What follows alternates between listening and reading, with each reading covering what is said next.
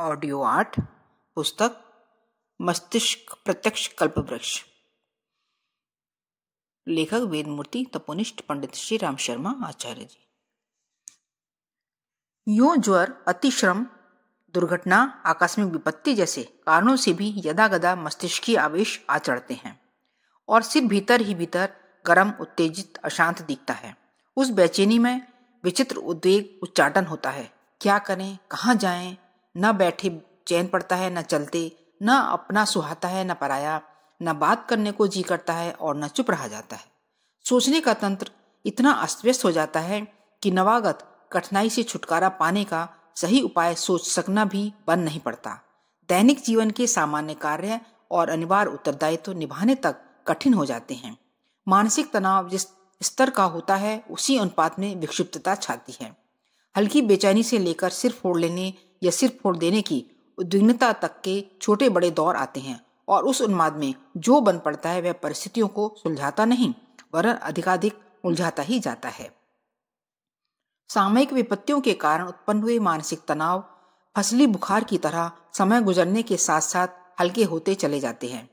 आवेश चिरस्थायी नहीं होते, वे ज्वार की तरह आते तो हैं पर भाटे की तरह उतर भी जाते हैं। जख्मों को भर देने की विशेषता हमारे रक्त में मौजूद है। विपत्तियों के आघातों की भी भरपाई कर देने की क्षमता काल चक्र में विद्यमान है। बाहरी कठिनाइयों से उत्पन्न हुए मानसिक तनाव बरसाती नाले की तरह उफन उछलकर ठंडे हो जाते हैं। समय के साथ स्मृति विस्मृति में बदलती जाती है। जिन स्वजनों के बिछोह में जीवन संभव नहीं दिखता था, समय अनुसार वे विस्मृत होते चले जाते हैं और उनके बिना भी निर्वाह सरलतापूर्वक होता रहता है। इसी प्रकार अमुक सुविधा छिन जाने पर भी नई असुविधाएं सहन हो जाती हैं और फिर विपन्नता भी स्वभाव में सम्मिलित होकर चिर सहचरी की तरह साथ साथ रहने और गुजर करने लगती है। मानसिक और शारीरिक रोगों की श्रृंखला में इन दिनों जिस भयंकर व्यथा की अभिवृद्धि हुई है वह है तनाव।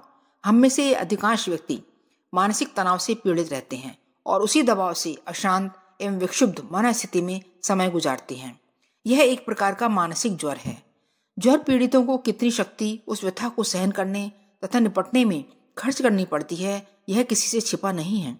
मानसिक तनाव से भी प्रायः उसी स्तर की क्षति होती है। तनाव के कारण भिन्न भिन्न हो सकते हैं, लेकिन व्यक्ति मन पर जो उसकी प्रतिक्रिया होती है वह जीव रासायनिक दृष्टि से एक सी होती है। फिर वह ठंड, भूख या अत्यधिक थकाऊ शारीरिक श्रम जैसे शारीरिक दबावों से उपजा तनाव हो, किसी बीमारी का कारण हो अथवा मनोवैज्ञानिक तनाव हो। कनाडा के प्रख्यात शरीर वैज्ञानिक हैं श्री हेंस सेल्ये। इन्होंने कई वर्षों तक तनावों और उससे संबंधित समस्याओं का गंभीर अध्ययन किया है। उनका कहना है कि एक व्यापारी जब व्यापार संबंधी विचार तथा कार्य करता है और योजनाएं बनाता है अथवा एक खिलाड़ी खेल में भाग लेता है और खेल के प्रति सतर्क रहता है अथवा एक वैज्ञानिक समस्या से जूझता है, परिकल्पना और प्रयोग करता है, तब इन सभी की बाह्य परिस्थितियां यद्यपि भिन्न भिन्न होती हैं किंतु इन क्रियाओं के कारण इन लोगों को जो अतिरिक्त मानसिक और शारीरिक प्रयास करना होता है उससे भीतर जो प्रतिक्रियाएं पैदा होती हैं उनका शरीर वैज्ञानिक रूप से एक सा होता है।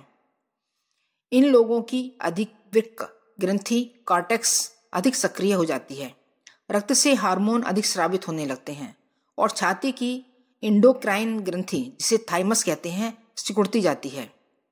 इन क्रियाओं में फर्क इस बात से नहीं पड़ता कि तनाव किस कारण पड़ रहा है, वैज्ञानिक क्रियाकलाप से या कि व्यापारिक गतिविधि से या क्रीड़ा स्पर्धा से या किसी अन्य कारण से। तब क्या सदा बिल्कुल एक सी ही प्रतिक्रिया होती है?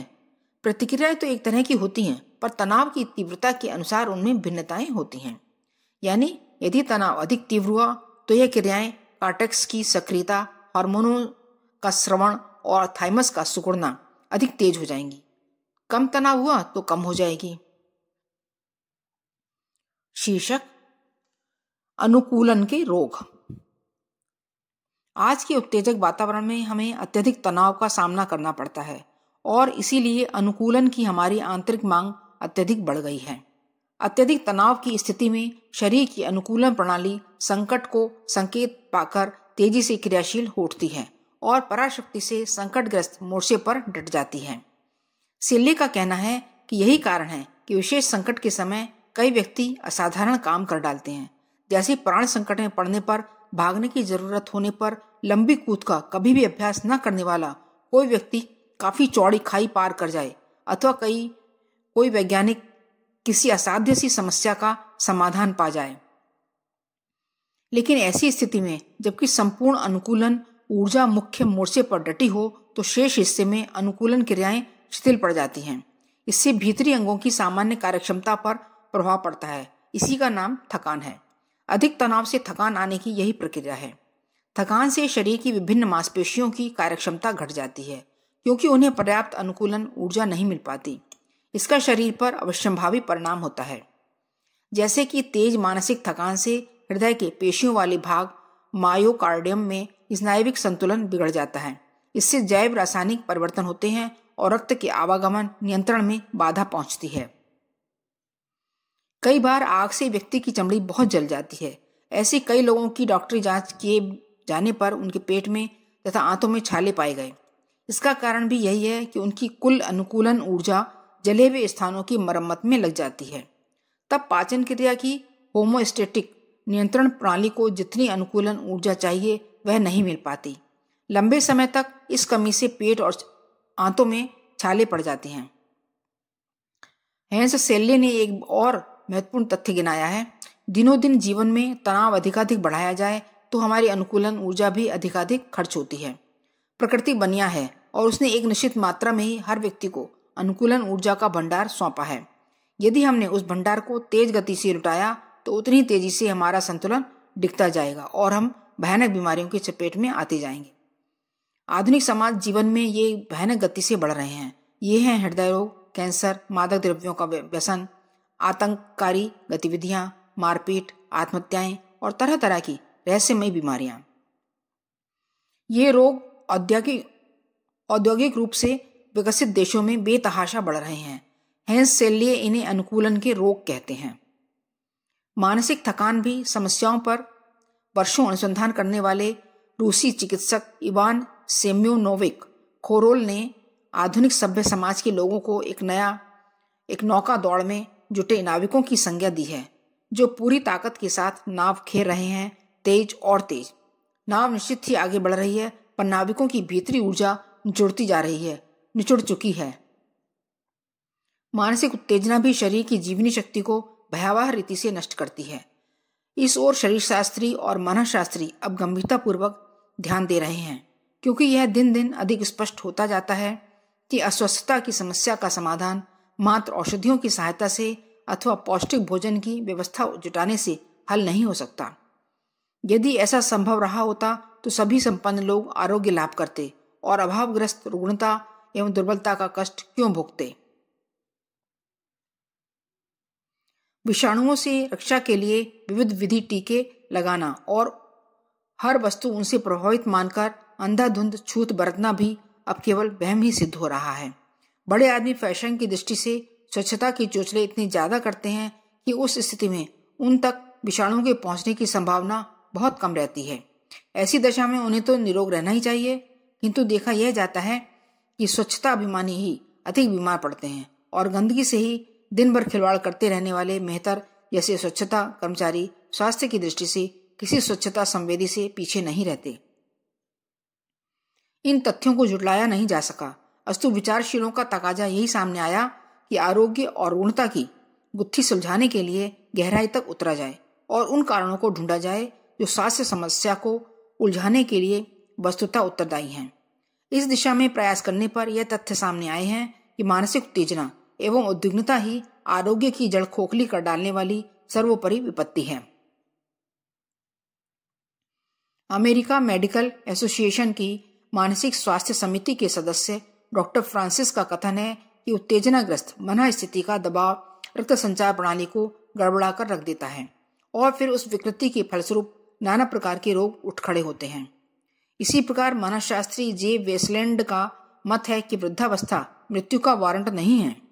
मरण को समीप लाने वाले संकट का नाम है मानसिक क्षय, जिसका अर्थ है निराशा, अनित्साह और निष्क्रियता। उमंगों का अंत हो जाने से जो मानसिक रिक्तता उत्पन्न होती है, उस खीज से मनोबल घटता चला जाता है। इसका प्रभाव समस्त शरीर पर व्यापक शिथिलता के रूप में प्रस्तुत होता है। यह क्रम मृत्यु के समय को निकटतम घसीटकर ले आता है। हार्टफोर्ड, कनेक्टिकट स्थित इंस्टीट्यूट ऑफ लिविंग ने अपने शोध निष्कर्षों के आधार पर घोषणा की है कि असमय में ही वृद्धावस्था का अधमगना, दुर्बलता और रुग्णता का शिकार होना आहार पर उतना निर्भर नहीं है जितना मानसिक संतुलन पर। स्वास्थ्य संबंधी नियमों की उपेक्षा से भी शरीर जल्दी बीमार पड़ता है और असमय बुढ़ापे का कष्ट सहन होता है, पर सबसे अधिक प्रभाव मानसिक असंतुलन का पड़ता है। यदि मनुष्य उदास, खिन्न, क्रुद्ध, चिंतित रहेगा तो फिर लाख प्रयत्न करने पर भी आरोग्य की रक्षा नहीं की जा सकेगी। तब पौष्टिक आहार और बहुमूल्य औषधि उपचार से भी कुछ काम न चलेगा। स्वास्थ्य रक्षा और दीर्घ जीवन का प्रथम आधार मानसिक शांति, स्थिरता और उत्साह भरी आशावादिता को ही माना जाना चाहिए। इन दिनों अनिद्रा व्याधि की बाढ़ आई है। गहरी और पूरी नींद किन्हीं भाग्यवानों को ही आती है। मस्तिष्क को समुचित विश्रांति न मिलने के कारण वह संस्थान उत्तेजित होता है और वह तनाव फिर शरीरगत सभी संचरण प्रक्रियाओं को अस्त व्यस्त करके नित नए रोगों का सृजन करता है। अनिद्रा अपने आप में कोई रोग नहीं है। मस्तिष्क का अत्यधिक और अव्यवस्थित श्रम का भार पड़ना ही उसका वास्तविक कारण है। यह कभी कभी अधिक पढ़ने, लिखने, सोचने, बोलने जैसे मानसिक श्रम की मात्रा अधिक बढ़ जाने से भी हो सकता है, पर प्रधान कारण यह नहीं है। भावनात्मक उद्विग्नता ही मानसिक मस्तिष्कीय संतुलन को सबसे अधिक नष्ट करती है। 10 घंटे पढ़ने लिखने का श्रम मस्तिष्क को जितना थकाता है, उसकी तुलना में आधा घंटा क्रोध या दुख के विचारों में डूबे रहने पर कहीं अधिक शक्ति नष्ट हो जाती है। बीच बीच में विश्राम करते रहने और कामों का स्वरूप बदलते रहने से हर दिन देर तक पढ़ने लिखने जैसे साधारण मानसिक श्रम घंटों किए जा सकते हैं और उनसे कोई शक्ति नहीं होती। कितने ही विद्वान व्यक्ति वृद्धावस्था में भी 8-10 घंटे जमकर मानसिक श्रम करते हैं और शांतिपूर्ण निद्रा लाभ का आनंद लेते हुए जीवन यापन करते हैं। इसके विपरीत जिन पर आवेश छाए रहते हैं वे खिन्न, उद्विग्न, क्रुद्ध, संतप्त और विक्षुब्ध मनुष्य प्रत्यक्षतः कुछ भी मानसिक श्रम को न करते हुए भी इतने थक जाते हैं कि उन्हें मस्तिष्कीय उत्तेजना का शिकार रहना पड़ता है। न दिन को चैन पड़ता है, न रात को नींद आती है। दिमाग पर अधिक बोझ पड़ा रहे और गहरी नींद ना आए तो चक्कर आना, सिरदर्द, रक्तचाप, स्मरण शक्ति की कमी, चिड़चिड़ापन, आंखों में जलन, मिर्गी, पागलपन, नपुंसकता जैसी बीमारियां उत्पन्न हो जाती हैं और शरीर को आवश्यक विश्राम न मिलने के कारण वे दिनों दिन दुबला और कांतिहीन होता चला जाता है। अनिद्रा के कारण होने वाली क्षति से सभी परिचित हैं, अस्तु उसके निवारण के उपाय भी सोचे गए हैं। इसके लिए कई रासायनिक पदार्थ खोज निकाले गए हैं। नींद न आने का कष्ट निवारण करने के लिए सामयिक उपचार के रूप में फेनोबार्बिटोन, क्लोरप्रोमाजीन, मैडोमिन, सोप्रानेलिन, सोनेरिल, अब्लीवान, न्यूसिन, एच डायजिपम, मेप्रोबोमेट प्रभृति औषधियां देते हैं। इन्हीं दवाओं के फॉर्मूले में थोड़ा बहुत अंतर करके अनेक फैक्ट्रियां अनेक नामों और लेबलों के साथ अन्य औषधियां बनाती बेचती हैं। विभिन्न देशों में उनके विभिन्न नाम हैं। उन सब की सूची बनाई जाए तो वे दवाएं हजारों की संख्या में पहुंच जाएंगी। संडे एक्सप्रेस इंग्लैंड के एक लेख में ब्रिटेन में नींद की गोलियों के बढ़ते हुए प्रचलन पर चिंता व्यक्त करते हुए बताया गया था कि उस देश में 1 लाख से अधिक व्यक्ति ऐसे हैं जिनकी निद्रा इन नशीली गोलियों की दवा पर ही निर्भर है। इस प्रकार की औषधियों पर वहां प्रति वर्ष प्रायः 2 लाख पाउंड खर्च होती है। इन दवाओं की विषाक्तता सेवनकर्ताओं के स्वास्थ्य और जीवन के लिए संकट बनकर सामने आती है। इन औषधियों में बारबिटूरिक एसिड, अफीम का सत्व आदि मस्तिष्कीय औषधियों को गतिविधियों को कुंठित करने वाली नशीली चीजें होती हैं जो आगे चलकर मानसिक स्वस्थता पर बुरा असर डालती हैं। उनके कारण नए नए रोग उत्पन्न होते हैं। अब तक एक भी ऐसी नींद लाने वाली दवा नहीं बनी जो पूर्णतया विषरहित हो। इनका सेवन लगातार करने से शरीर में जो नए संकट उत्पन्न होते हैं वे अनिद्रा अथवा उस पीड़ा से कम घातक नहीं होते जिनका समाधान करने के लिए इन दवाओं का प्रयोग किया गया था। ऑपरेशन के समय प्रयोग की जाने वाली मूर्छा करने वाली औषधियां भी आगे चलकर स्वास्थ्य संकट उत्पन्न करती हैं। रासायनिक उपचार से संवेदन शून्यता, तंद्रा, मूर्छा लाने की दूरगामी हानियों को देखते हुए विज्ञान वेत्ताओं का ध्यान अब इस दिशा में गया है कि वे विद्युत उपचार द्वारा कृत्रिम निद्रा लाई जाए। सोचा गया है कि प्रयोग अपेक्षाकृत अधिक निर्दोष सिद्ध होगा। इस संदर्भ में रूसी वैज्ञानिकों में से ए फिलोमात्स्की, आई सेचनोव, बी वोरिगो, एन वेदेस्की ने विद्युत उपचार से निद्रा लाने के संबंध में गहरा अध्ययन किया है। फ्रांस में भी ऐसे प्रयोग हुए हैं। एच लेछूज और मालग्रेव ने विद्युत निद्रा की संभावना को प्रत्यक्ष किया है। प्रोफेसर रूसो ने भविष्यवाणी की है कि निकट भविष्य में रासायनिक उपचारों को हटाकर कृत्रिम निद्रा की आवश्यकता विद्युत धाराओं के प्रयोग द्वारा की जाया करेगी। लेनिनग्राड के मनःशास्त्री कालेंदारोव ने मानवीय स्नायु संस्थान में हल्का विद्युत प्रवाह संचालित करके स्वाभाविक निद्रा अभीष्ट समय तक ला देने में सफलता प्राप्त की है। इस उपचार से थकान, बेचैनी, सिरदर्द जैसी अविश्रांतिजन्य व्यथा से तत्काल छुटकारा प्राप्त कर सकना संभव हो गया है। सोवियत चिकित्सा विज्ञान के तत्वावधान में गिल्या रोबंस्की, लिम्वेट सेफ, वाचिस्कोव के एक पैनल ने इस उपचार के गुण दोषों का दूरगामी पर्यवेक्षण करने के लिए विधिवत प्रयोग प्रक्रिया संचालित किए हुए हैं। उनके निष्कर्ष में शिजोफ्रेनिया, मस्तिष्क शून्यता, न्यूरोस्थेनिया अर्थात स्मृतिहरण जैसे मस्तिष्कीय रोग और अल्सर, आंत्रशोथ जैसे उदर रोगों में इस पद्धति द्वारा आशाजनक ही नहीं आश्चर्यजनक लाभ भी हुआ है।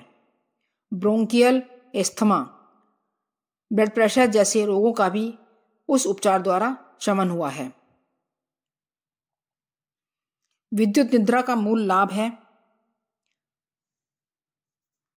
अभीष्ट समय तक अभीष्ट गहराई वाली निद्रा संभव करके रुग्ण अवयवों को इतनी विश्रांति देना कि इस अवधि में प्रकृति के लिए बीमारी से जूझना और विकृति का निराकरण संभव हो सके।